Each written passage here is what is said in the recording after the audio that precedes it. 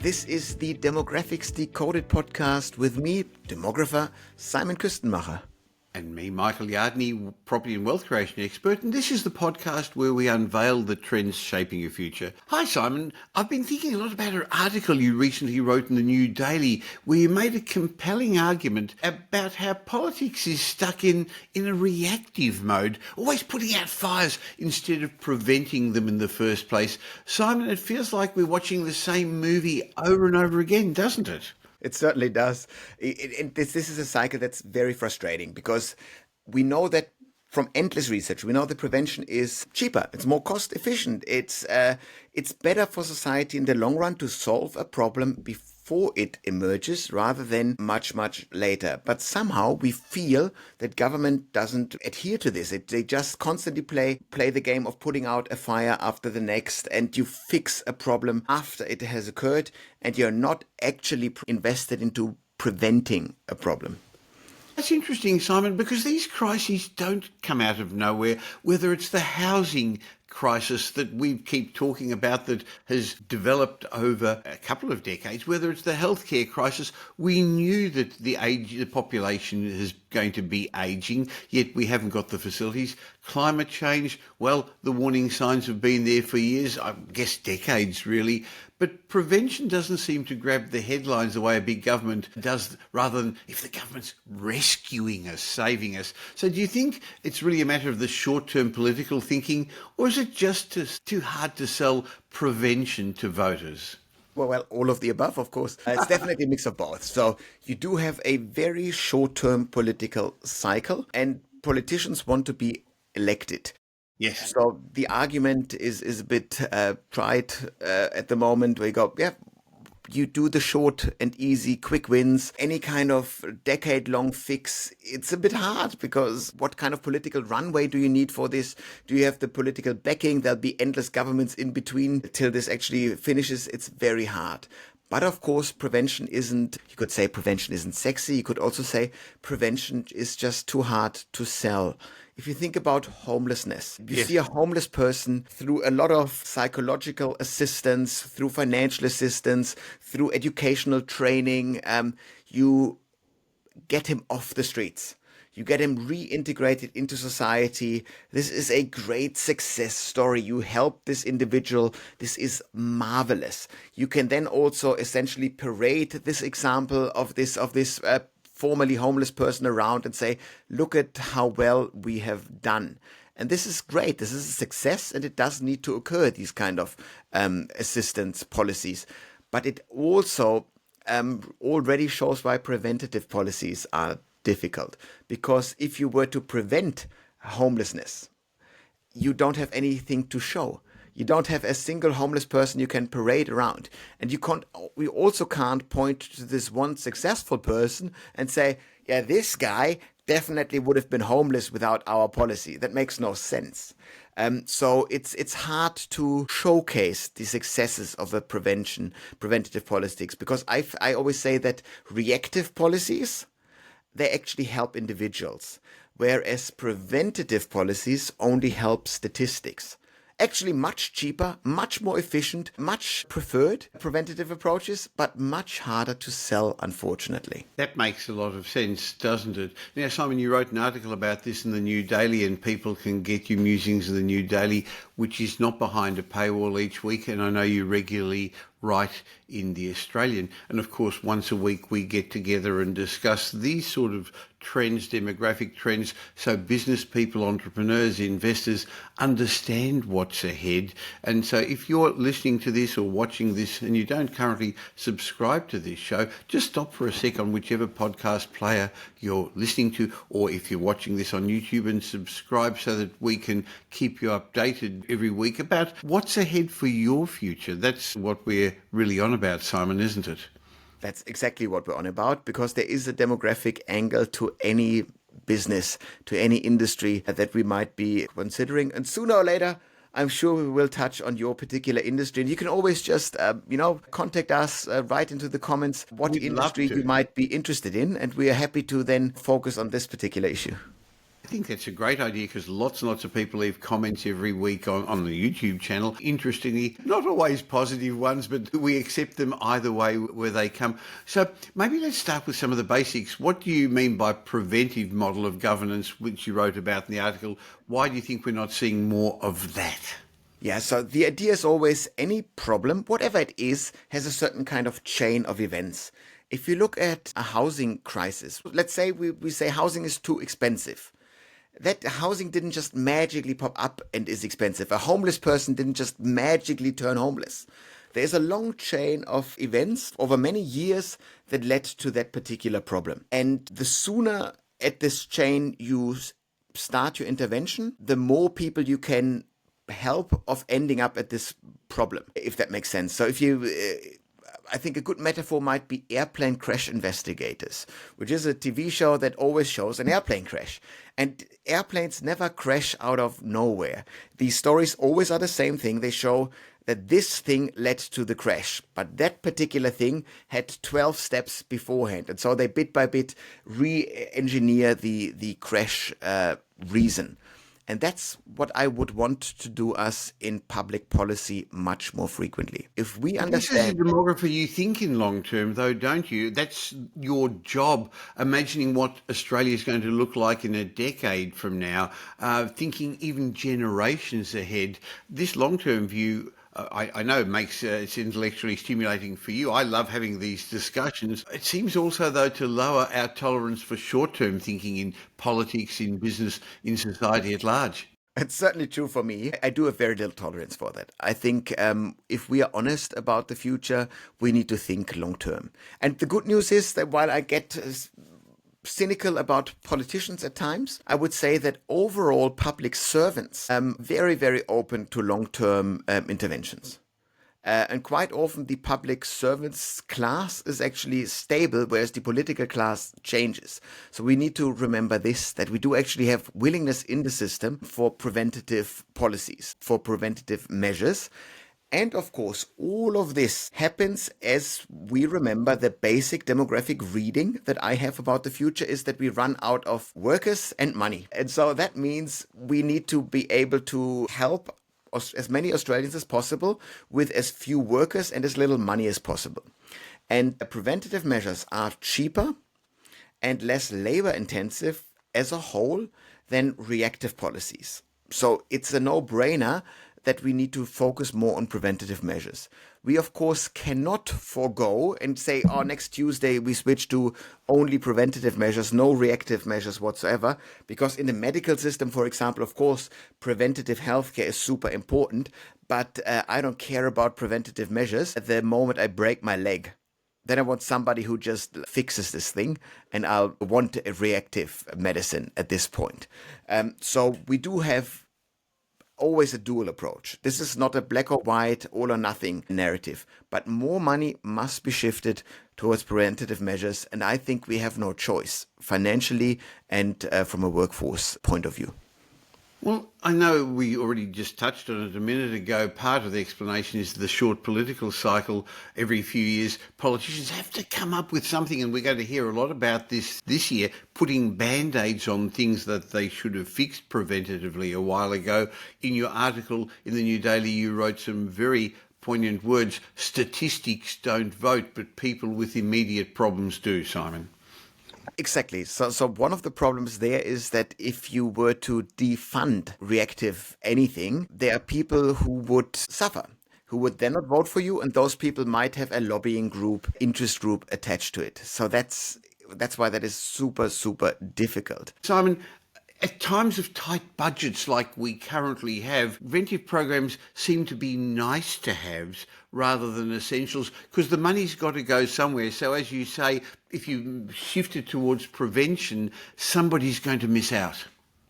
Exactly. And so put yourself into the shoes of any kind of treasurer who goes through a tight budget with a red pen and crosses out things.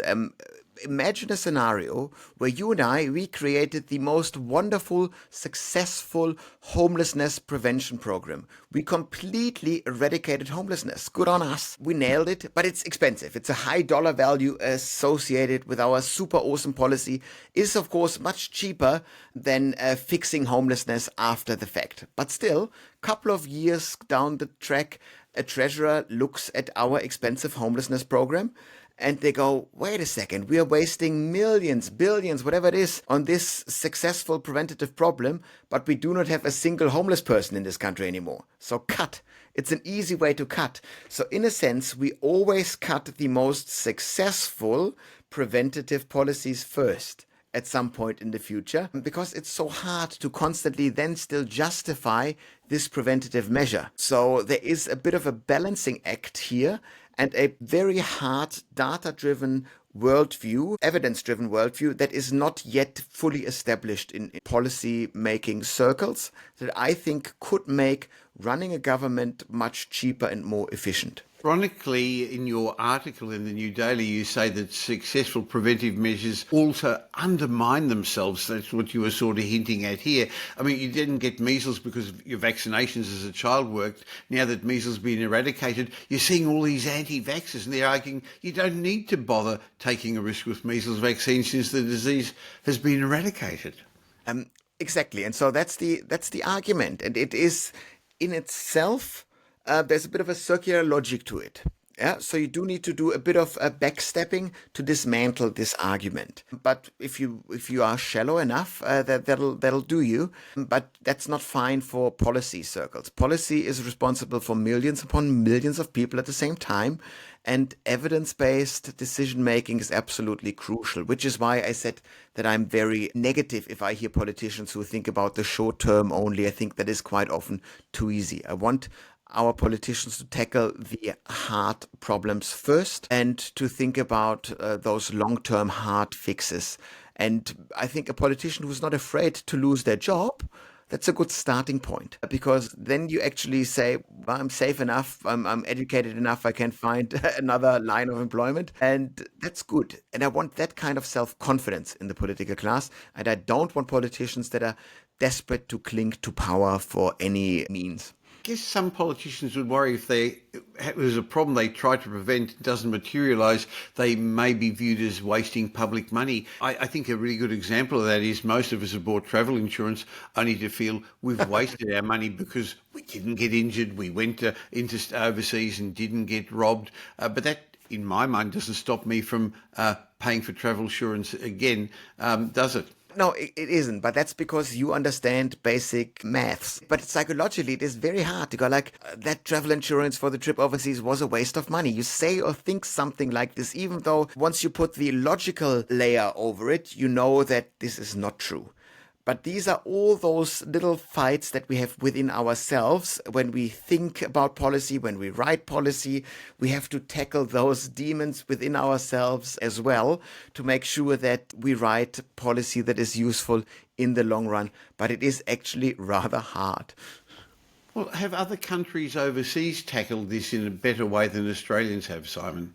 Well, I think we don't even need to look overseas. We can look at Australia. We do have a preventative policy in a sense in the superannuation scheme that I always like to point at, because the problem that superannuation tackled is that we run the pension system into a wall. We realized this in the 80s when we figured out, wait a second, those young baby boomers, they will at one point in time not be young anymore. And they will then overrun the pension system. That doesn't work. So we need to find a way around this. And then we introduced in the early 90s superannuation, which ensured that people pay for their own retirement, essentially. And so that you have fewer pressures on the pension system. That is a preventative policy. Yes. That's the type of stuff that I'm talking about. Yes, this isn't perfect. Yes, this needs to be reformed, blah, blah, blah. And policy, we'll never get policy absolutely perfect. This is always a beast, a moving beast that needs to be adjusted. But this is the long-term thinking that I think we have the capacity of doing. So not even any point to point to wonderful examples overseas, even though I do think we have them as well. In Scandinavian countries, we look at preventative policies, and they double down heavily on their educational system. systems, because they do know that you have less family violence, for example. That is very much linked to educational system. You have less gender violence. So violence is linked to education. So that's cool. So we avoid that. There's less public social assistance spending if you have a more educated workforce. So that's pretty cool. So preventative measure is not always just as narrow as we create a policy with the particular focus to stop homelessness or something like this. But in healthcare, we get used to preventative funding more than in other sectors. If you look at the anti-smoking campaigns, very Yes. successfully over the last decades, for example, we did prevent lots of deaths and lots of smoking-related suffering. So that's pretty cool. We nailed it. But So now we need to... the Sun Slip Slap Slop campaign is similar. It's prevented. We know that in Australia, melanoma is much more prevalent than in other countries, just because of the way we live and because of our climate. So we have done some things okay, haven't we? Exactly. And therefore, it's not necessary to always go down the cynical path and point to the failures of the system. We have plenty of success stories to be proud of as well. And I figure sometimes it might be a bit more helpful to point the light on those successful examples, because then you would encourage hopefully a couple more leaders, politicians and business leaders alike to say, I want to be the slip, slap, slop of the homelessness sector, of the housing sector, whatever it is, and to go, these things are possible. So always point people to the opportunities. That's what I do in my consulting work. For example, like you never just only focus on the negatives and try to make a client depressed. That makes no sense to them. No, neither is it fun. But it's a way of show, this is what you do. This is what you can do, and this is how you make the most out of the current situations, the current budgets, the current market situations. So focus on the positive rather than the negative. I guess significant policy shifts also are going to need public support. If it gets public support, the politicians will be more into it, won't they? So how do you engage influential community groups? I guess that's sort of happening with climate change, but it may not be happening as much in other areas. Yeah, well, the boring answer of the numbers guy must be always look at how much data you can point to, how much evidence can you point to. That's pretty good. But quite often we make the mistake of bringing logic to a emotional argument, and that then doesn't make sense. So quite often it's purely emotional, what we're talking about. And then the hard facts don't count. But I would say as much as we can do to shift any argument away from emotion towards cold-hearted numbers, the better we are. So I always say, I like politics when they are boring. As soon as politics get too exciting, I'm very suspicious. So you look at US politics over the last election, a purely emotional fight. Yes. This was not about evidence of facts. You go like, I like him, I like her, I hate him, whatever it is. Who is helped by this? I think no one. And so if we can do one thing in Australia better than the Americans, I hope it is that we can make sure that our politics stay boring, that we don't get drawn into the hyper-personalization of those arguments, that we actually constantly drill down on the boring minutiae of policies, and then we go down in a bit of a technocratic argument of saying, what kind of evidence do we have for this and that policy in the long run? Let's model every policy decision in the long run. Let's not just say this is the next budget, we put that much money aside. I would always want to force policymakers to look 5, 10, 50 years into the future, and at least force them to formulate an argument how their right now policy changes the 5, 10, 50-year horizon. Having said that, though, I think every politician wants to leave a legacy, something lasting. Hey, I've invoked this positive change. So that must make it a little bit harder also. They're going to want to take credit for something. Exactly. And I'd say it's a wonderful thing in policy that you can just give it to a politician. Once you have a nice, fat, logical argument, you can just say, let's call it the name of the politician program, yeah? Obamacare. Why is this thing called Obamacare? It's absolutely stupid. But this is because you go, yeah, give him a legacy project. That's it. We'll have Trump tariffs or whatever it is in the US soon. It's like, yeah, give it to him. If he wants to have his name associated with this or that policy, give it to them. And you'll see this that certain politicians have pet projects. Bill Shorten has the NDIS in Australia. We're not free of these developments. And that doesn't need to be a bad thing. Now, I want to just take a moment out from my session with Simon today to remind you that Simon Kuestenmacher is going to be the keynote speaker at Wealth Retreat on the Gold Coast on the 3rd to the 7th of May. Now, once a year we get together with a small group of already successful business people, entrepreneurs and investors. And Wealth Retreat's not a property seminar. Wealth Retreat is really, the theme of Wealth Retreat is where are you going to be in 2030, in May 2030, in 5 years' time, in all areas of your life. So it's a holistic seminar. Now, we spend a lot of time talking about property and about tax and about finance, and Simon's going to talk about the future. But I suggest that you go to wealthretreat.com.au and find out about it. But please don't count yourself out. The successes we've seen from people who've come to previous Wealth Retreats has been amazing, because you go in with a whole lot of ideas and plans for the next 5 years, but you go out with a structured plan rather than just ideas. And then I always have a one-on-one implementation session with people afterwards to make sure that they implement that plan. But we've got an amazing faculty of property, tax, business, finance, development and demographic faculty, the best faculty I could put together, and it's an intensive 5 days, but everything's included, including a lot of one-on-one time with the experts. But more than that, building a community. A lot of people that are listening to this, watching this, feel that they're a bit isolated. So the aim of Wealth Retreat is to build a community which we help keep together so that you can talk to others about your successes and failures in business, in property, in money, in entrepreneurship. wealthretreat.com.au. I invite you to join us on the Gold Coast in the beginning of May. Now, looking forward, do you think we're moving closer to adopting preventive policies, or are we just destined to keep repeating the cycle of reacting to crises? Let me be outrageously optimistic here. We are now putting the most pragmatic generation in a while into the top leadership positions. That's Gen X.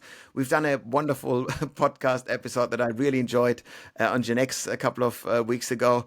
That was great fun. And it's the idea. Before you keep going, then may I just suggest to those people who are listening to this or watching this, if you haven't gone listened to that series, we did one on each of the generations so that you understand what they want, what they need, what has encouraged them to think the way they do, because each of the generations do think differently. And it's really very useful whether you're an investor, whether you're in business, whether you're in industry. Go back to listen to some of the previous podcast episodes. And Simon, I know every week there are lots and lots of new subscribers. You and I are very proud of the audience that we have built, and we can see that they go back to previous shows as well. So if you currently enjoying the conversation but don't subscribe, just stop for a sec on whichever podcast app or YouTube, subscribe to the show, and then take the time to look at or listen to some of the previous episodes, because you're right, that series on the generational groups was eye-opening and is going to explain a bit about the future. So I'm sorry I interrupted your train of thought,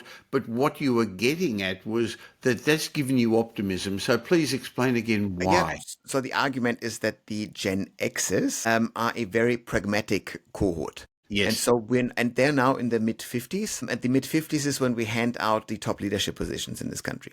Prime ministers, CEOs. And now, for the coming decade, you'll have the most pragmatic generation in the top leadership jobs. So I think that the general mood in the C-level, in the C-suites of our businesses, of government, they will be much more open towards these purely data-driven, pragmatic narratives. So that puts me in a very optimistic mood here. And of course, it means that all the younger workers, for example, need to learn to speak this language. You would have gotten away with quite a bit of narrative-driven, moralistic language when you pitched to your boomer boss beforehand, but now your boss is an Xer. Do not use any kind of fluff with your Gen X boss. Use cold-hearted data and features and facts when you deal with your Gen X boss. Works much more better. They're also more cynical than the boomers before them. But if you keep this in mind, I would say this is a good decade to push more preventative policy measures through the Australian system. I think also that the younger generations are more community-minded, more socially conscious, more environmentally conscious, so it'll be easier for politicians to talk preventatively than it may have been when they were chasing older voters. Yeah, that is very much the case. So we're seeing that all those little shifts, most things move into a certain direction. You go, well, does that then open up the opportunity for more preventative measures? I would say it does. I would also, for example, point to a couple of areas where I see this happening. If you look at anything that looks like a charity in Australia over the last 10 years, all of a sudden, every charity has a research and evaluation function. We are not assuming that the stuff that we are doing is actually good. And that's because most donors, people with money, want to ensure that their money actually does good. So a Starlight Children's Foundation, a Movember Foundation, they can't do a thing anymore because they kind of feel it's good to, it kind of is nice to do a bit of stuff for sick children in hospitals. Yeah, a couple of events for men's health, that's good. But we need to actually prove that the money that we collected has a positive effect in outcomes. That's what we're now trying to do in charities. In government, this will essentially trickle down to government sooner or later as well, is my argument. Simon, we started off wondering whether the government is ever going to change, whether it'll always be reactive or start to become preventive. I guess we're both optimists, and I'd much rather be an optimist. I enjoy my life that way rather than being a pessimist.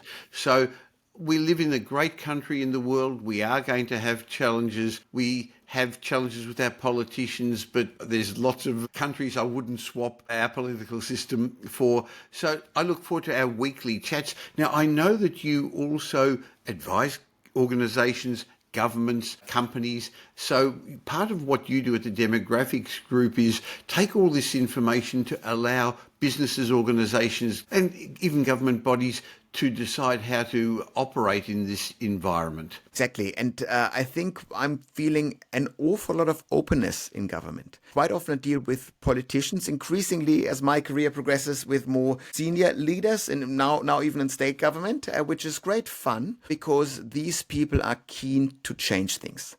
And that's super helpful. Of course, they are fighting against a bit of a stubborn bureaucratic beast as well.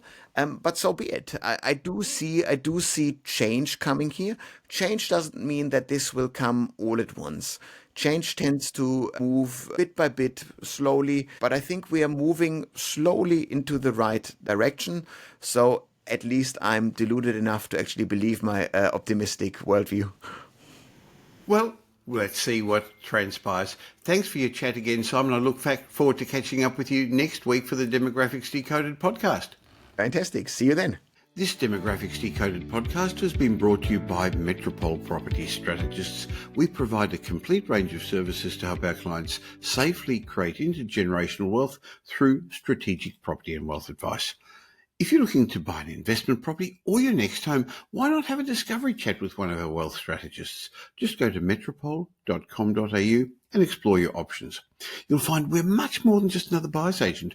We provide a complete range of services, including property advisory, wealth advisory, home buying, buyer's agency, property management, renovations, and development management services.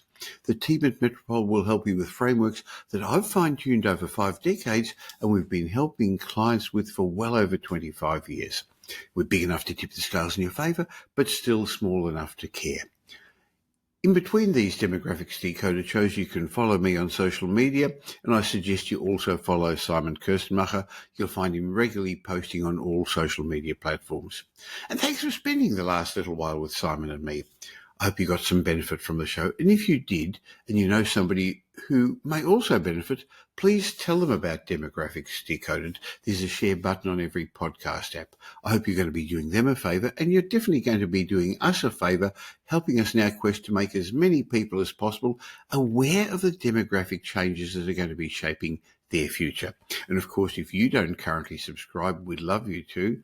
And of course, any of the information that we've been sharing with you is general information because we don't know your specific circumstances.